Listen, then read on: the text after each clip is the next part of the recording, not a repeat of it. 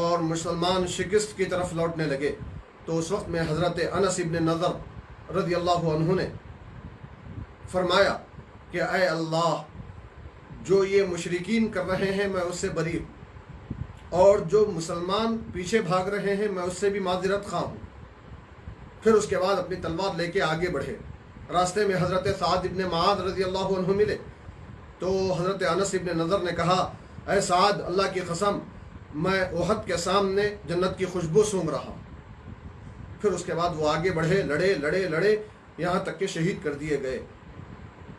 حضرت سعد رضی اللہ عنہ کہتے ہیں، یا رسول اللہ، جو کچھ انس ابن نضر نے کیا میں نہیں کر سکا۔ حضرت انس ابن مالک رضی اللہ عنہ جو اس حدیث کے راوی اور ان کے بھتیجے ہیں فرماتے ہیں کہ ہم نے شہداء کے درمیان ان کے جسم کو اس حال میں پایا کہ آپ کے جسم پر 80 سے زیادہ زخم تھے، تلوار کے یا نیزوں کے یا تیروں کے، اور اتنے زیادہ زخم تھے کہ ان کی پہچان مشکل ہو گئی تھی۔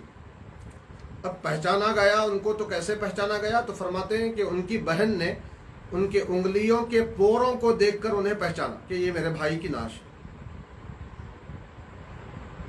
تو اللہ تبارک و تعالیٰ نے ان کی اور ان جیسے صحابہ کی شان بیان کرتے ہوئے یہاں ایک آیت نازل فرمایا من المؤمنین رجال صدقوا ما عاهدوا اللہ علیہ، ایمان والوں میں کچھ وہ لوگ ہیں جنہوں نے اس وعدے کو سچ کر دکھایا جو اللہ سے انہوں نے کیا تھا۔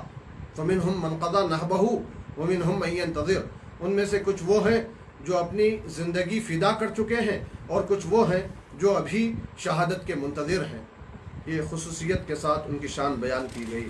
پھر اس کے بعد رب تبارک و تعالیٰ نے ازواج مطہرات کا مقام و مرتبہ بتایا۔ پہلے تو یہ بتایا گیا کہ ازواج مطہرات کو ایک موقع پر اللہ کی جانب سے نبی پاک کے ذریعے سے اختیار دیا گیا تھا کہ چاہیں تو وہ سرکار کے ساتھ رہیں، چاہیں تو وہ سرکار سے علیحدگی اختیار کر لیں، مگر ازواج مطہرات نے بیک زبان یہ کہہ دیا کہ ہم سرکار پر دنیا کو ترجیح دینے والے نہیں ہیں اور کسی سے اس مسئلے میں مشورہ نہیں کریں گے، نہ اپنے باپ سے، نہ اپنے بھائی سے، نہ اپنے خاندان والوں سے، بلکہ ہم سرکار ہی کو ترجیح دیں گے اور ہر حال میں سرکار ہی کے ساتھ رہیں گے۔ تو اس کے بعد اللہ تبارک و تعالیٰ نے ازواج مطہرات کی شان بیان کرتے ہوئے فرمایا، ان سے خطاب کرتے ہوئے فرمایا، اے نبی کی ازواج، تم میں سے اگر کوئی غلطی کر بیٹھے تو اسے عام عورتوں کی بنسبت 2 گنا ثواب عذاب دیا جائے گا، اور اس کے برخلاف جو نیکی تم کرو گی رب تبارک و تعالیٰ اس پر ثواب بھی تم کو عام عورتوں کے ثواب کا دگنا دے گا۔ پھر اس کے بعد فرما دیا واضح طور پر کہ یا نساء النبی لستن کاحد من النساء، اے نبی پاک کی ازواج، تم دوسری عورتوں کی طرح نہیں ہو، تمہاری بڑی شان ہے، تمہیں حبیب کی رفاقت کے لیے چن لیا گیا، اور جنہیں اللہ کے حبیب کی صحبت کے لیے پسند کر لیا گیا ہو وہ عام عورتوں کی طرح ہو ہی نہیں سکتی۔ اسی میں رب تبارک و تعالیٰ نے ازواج مطہرات کا ذکر کرتے ہوئے خصوصیت کے ساتھ اہل بیت کی شان بیان کرتے ہوئے فرمایا، اس کے سوا نہیں کہ اللہ یہ چاہتا ہے کہ اے اہل بیت تم سے ہر گندگی کو دور رکھے اور تمہیں خوب صاف ستھرا رکھے۔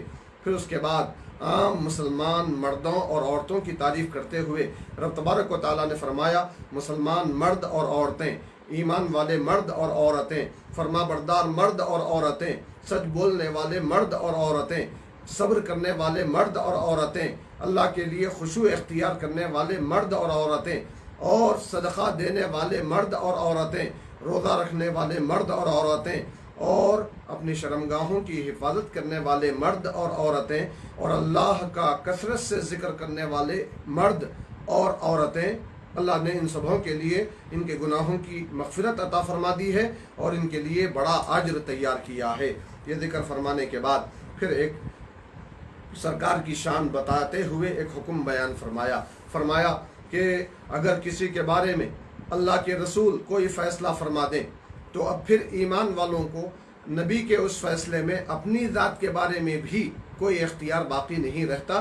اس ضمن میں ایک واقعہ یہ نقل کیا جاتا ہے، حضرت عبداللہ ابن عباس رضی اللہ عنہما سے روایت ہے، فرماتے ہیں کہ رسول پاک صلی اللہ علیہ وسلم نے زینب بنت جہش کے لیے اپنے غلام زید ابن حارثہ کا پیغام بھیجا، تو حضرت زینب بنت جہش کے بھائی اس کو ناپسند کیے اور خود زینب بنت جہش بھی اس کو ناپسند کیں۔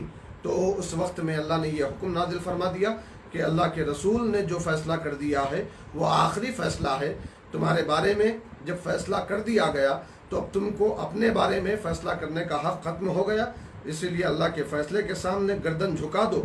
تو جب یہ آیت نازل ہوئی تو حضرت زینب سرکار کے فیصلے کے سامنے گردن جھکا دی اور آپ کے غلام حضرت زید بن حارثہ سے آپ نے شادی کر لی۔ اور اس کا ذکر کرنے کے بعد مضامین تو اور بہت سارے ہیں، خصوصیت کے ساتھ رب تبارک و تعالیٰ نے ایک اور واقعے کی طرف اشارہ کیا ہے، وہ یہ ہے کہ عام طور پر کسی بھی گھر میں داخل ہونے کے احکام 18ویں پارے میں آپ سن چکے ہیں، سلام کر کے اجازت لے کر داخل ہونا ہے۔ اب یہاں نبی پاک صلی اللہ علیہ وسلم کے کاشانے میں داخل ہونے کا مسئلہ تھا، تو اللہ نے فرمایا اے لوگو، اے ایمان والو، تم نبی پاک کے گھروں میں بغیر اجازت کے داخل نہ ہونا۔ ہاں یہ ہے کہ کھانے کے لیے، دعوت کے لیے تم کو بلایا جائے تو ادھر ادھر دیکھے بغیر تم چلے جانا، اور جب بلایا جائے تب داخل ہونا، اور جب کھا چکو تو اٹھ کے چلے جانا، وہیں گفتگو کرتے نہ بیٹھنا۔ واقعہ یہ ہوا تھا کہ حضرت زینب بنت جہش رضی اللہ عنہ، جیسے ابھی آپ سن چکے کہ ان کی شادی حضرت زید ابن حارثہ سے ہوئی۔ زید ابن حارثہ یہ سرکار کے غلام بھی تھے، متبنہ بیٹے بھی تھے، گود لیے ہوئے بیٹے۔ تو اس وقت میں لوگ یہ سمجھتے تھے کہ گود لیا ہوا بیٹا حقیقی بیٹا بن جاتا ہے، تو اس کا رد کرنے کے لیے رب تبارک و تعالیٰ نے یہ انتظام کیا کہ شادی کے چند دنوں کے بعد حضرت زید بن حارثہ نے حضرت زینب بنت جہش کو طلاق دے دی۔ طلاق کی عدت گزرنے کے بعد رسول پاک صلی اللہ علیہ وسلم نے اللہ کے حکم کے مطابق حضرت زینب بنت جہش سے شادی کر کے کافروں کے اس خیال اور عقیدے کو باطل قرار دے دیا کہ متبنہ بیٹا حقیقی بیٹا ہوتا ہے۔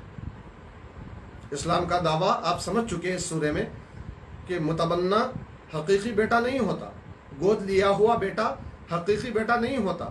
اگر حقیقی بیٹا بن جائے تو زید ابن حارثہ گود لیے ہوئے بیٹے تھے، تو ان کی بیوی جو سرکار کی بہو بن چکی تھی ہمیشہ کے لیے سرکار پر حرام ہو جاتی۔ جب یہ حقیقی بیٹا نہیں بنے تو اب ان کی طلاق یافتہ خاتون زینب بنت جہش رضی اللہ عنہا سے سرکار کے لیے نکاح کرنے میں کوئی امر مانع نہ تھا۔ سرکار نے نکاح کر کے بتا دیا کہ یہ میری بہو نہیں بنی، اس لیے کہ زید بن حارثہ میرے منہ بولے بیٹے ہونے کے باوجود حقیقی بیٹے کا درجہ حاصل نہیں کیے۔ تو حضرت زینب بنت جہش رضی اللہ تعالیٰ عنہ کے ولیمے کا قصہ ہے کہ سرکار نے صحابہ کرام کو دعوت دی تھی۔ جب سرکار کے کاشانے پر صحابہ کرام دعوت کھانے کے لیے آئے تو وہ کمرہ، وہ حجرہ رسول صلی اللہ علیہ وسلم مساحت کے اعتبار سے بہت چھوٹا تھا، لیکن برکت کے اعتبار سے بہت کشادہ تھا۔ لوگ آئے، بیٹھ گئے، کھانا کھا لیے، اب وہیں پر گفتگو کرنے لگے۔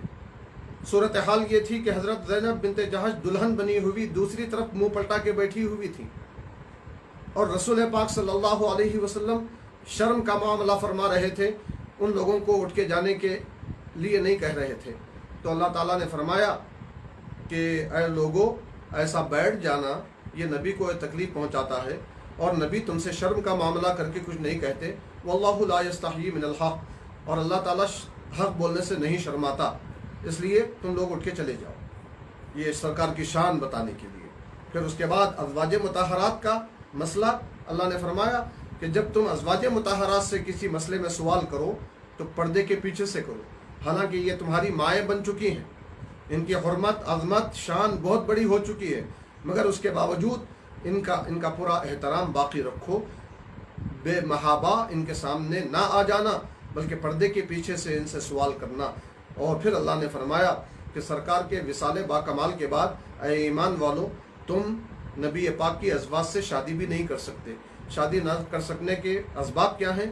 بھئی کسی بھی انسان کے انتقال کے بعد عورت بیوہ ہو جاتی ہے، اور بیوہ سے اس کی عدت کی تکمیل کے بعد کوئی بھی مسلمان شادی کر سکتا ہے، مگر یہاں سرکار کی ذات رب تبارک و تعالیٰ کے کرم سے اپنے مزار مبارک میں زندہ ہے۔ جب زندہ ہیں تو سرکار کی ازواج سرکار کی زوجیت میں ہیں، جب زوجیت میں ہیں تو پھر کسی کو اجازت نہیں ہے کہ وہ ان سے شادی کر سکیں۔ اور دوسرا مسئلہ یہ بھی ہے کہ اسی سورہ میں جیسے ابھی آپ سن چکے کہ اللہ نے ازواج مطہرات کو ایمان والوں کی مائیں قرار دے دیا، تو ماؤں سے کوئی شادی نہیں کرتا۔ اس لیے اللہ نے فرمایا کہ وَمَا كَانَ لَكُمْ أَن تُؤْذُوا رَسُولَ اللَّهِ وَلَا أَن تَنكِحُوا أَزْوَاجَهُ مِن بَعْدِهِ أَبَدًا، کہ اے ایمان والو تمہارے لیے جائز نہیں ہے کہ تم رسول اللہ کو تکلیف پہنچاؤ، اور نہ اس بات کی اجازت ہے کہ تم سرکار کے وصال با کمال کے بعد ان کی ازواج سے شادی کرو۔ پھر اس کے بعد رب تبارک و تعالیٰ نے اسی رکوع میں مشہور درود والی آیت نازل فرمائی، درود کا حکم، ان اللہ وملائکتہ یصلون علی النبی یا ایھا الذین آمنوا صلوا علیہ وسلموا تسلیما، بے شک اللہ اور اس کے فرشتے نبی پاک صلی اللہ علیہ وسلم پر درود نازل فرماتے ہیں۔ اے ایمان والو تم بھی ان پر درود پڑھو اور خوب سلام پڑھو۔ اللہم ربی صلی وسلم وزد وبارک علی سیدنا محمد وعلی آلہ وصحبہ اجمعین۔ یہ آیت کریمہ جب نازل ہوئی تو روایت میں آتا ہے کہ صحابہ کرام نے سرکار سے پوچھا کہ یا رسول اللہ ہم آپ پر کیسے درود پڑھیں، تو سرکار نے اس کی تعلیم فرمائی کہ کیسے درود پڑھنا چاہیے۔ ویسے درود شریف کی عظمت، فضیلت آپ ہمیشہ سنتے رہتے ہیں، وقت نہیں ہے کہ زیادہ تفصیل میں لے جایا جائے۔ خصوصیت کے ساتھ یہ بتانا چاہوں گا کہ جتنا زیادہ ہو سکتا ہے درود پڑھنے سے حدیث پاک میں دنیا اور آخرت کے جملہ مسائل حل ہونے کی خوشخبری سنائی گئی ہے۔ اور خصوصیت کے ساتھ ایک حدیث میں یہ آیا ہے کہ رسول پاک صلی اللہ علیہ وسلم نے فرمایا، اے لوگو تمہارے سب سے اچھے دنوں میں سب سے اچھا دن جمعہ کا دن ہے۔ جب جمعہ کا دن آ جائے تو اس کے دن میں بھی اور اس کی رات میں بھی مجھ پر کثرت سے درود پڑھو، کیونکہ تمہارا درود میرے پاس پیش کیا جاتا ہے۔ تو اس وقت صحابہ عرض کیے، یا رسول اللہ آپ پر ہمارا درود کیسے پیش کیا جائے گا جبکہ آپ اپنی مزار مبارک میں ختم ہو چکے ہوں گے؟ تو اس وقت رسول پاک صلی اللہ علیہ وسلم نے ارشاد فرمایا کہ بے شک اللہ تبارک و تعالیٰ نے انبیاء کرام کے جسموں کو زمین پر حرام کر دیا، یعنی انبیاء کرام کے جسم زمین میں زندہ ہوتے ہیں، مزار میں زندہ ہوتے ہیں۔ جب زندہ ہوتے ہیں تو پڑھنے والوں کے درود کو فرشتے پہنچاتے ہیں، اور جیسے اس سے پہلے بھی آپ نے ابھی سنا کہ اہل محبت کے درود کو سرکار خود سنتے ہیں۔ تو یہ درود شریف جتنا زیادہ پڑھا جائے کم۔ سرکار فرماتے ہیں کہ جو سب سے زیادہ درود پڑھتا ہے کل قیامت کے دن مجھ سے سب سے زیادہ قریب ہوگا۔ تو پورے اہتمام کے ساتھ، پورے احترام کے ساتھ، پوری توجہ کے ساتھ یہ تصور کر کے کہ ہم یہاں درود پڑھ رہے ہیں اور سرکار مدینے میں ہمارے درود کو سن رہے ہیں، پڑھتے چلے جائیں، اللہ کا کرم ہوگا، دنیا بھی سدھر جائے گی اور آخرت بھی سدھر جائے گی۔ پھر اس کے بعد آج کے آخری رکوع میں رب تبارک و تعالیٰ نے نبی پاک سے خطاب کرتے ہوئے فرمایا کہ اے نبی اپنی بیویوں سے بھی کہہ دو، اپنی بیٹیوں سے بھی کہہ دو، اور ایمان والی عورتوں سے بھی کہہ دو کہ وہ اپنے اوپر پردہ ڈالے رہیں، برقع پہنے رہیں۔ حجاب اور پردے کا حکم اس آیت کے ذریعے دیا گیا۔ مفسرین کرام فرماتے ہیں کہ یہاں ایک عجیب نقطہ یہ ہے کہ اللہ نے فرمایا اے نبی اپنی بیویوں اور بیٹیوں اور ایمان والی عورتوں سے کہو۔ پہلے بیویوں کا ذکر ہے، پھر بیٹیوں کا، پھر باہر ایمان والی عورتوں کا۔ اس میں اس بات کی طرف اشارہ ہے کہ انسان پہلے اپنی سدھار کرے، پھر اپنے گھر والوں کی سدھار کرے، پھر اس کے بعد معاملے کو آگے بڑھائے تو لوگ خود بخود قبول کرتے جائیں گے اور اثر ہوتا جائے گا۔ اللہ تعالی ہم سبوں کو توفیق عطا فرمائے اور قرآن و حدیث پر کما حقہ عمل کرنے کی ہم سبوں کو توفیق عطا فرمائے، اسلام کی صحت و عافیت کی لمبی زندگی عطا فرمائے، ایمان کی موت نصیب فرمائے۔ وصلی اللہ وسلم علی خیر خلقہ سیدنا محمد وآلہ وصحبہ اجمعین والحمد للہ رب العالمین۔ انشاءاللہ کل اسی وقت اگلے سوا پارے کی تفسیر کے خلاصے کے ساتھ ہم آپ کے سامنے حاضر ہوں گے۔ والسلام علیکم ورحمۃ اللہ وبرکاتہ۔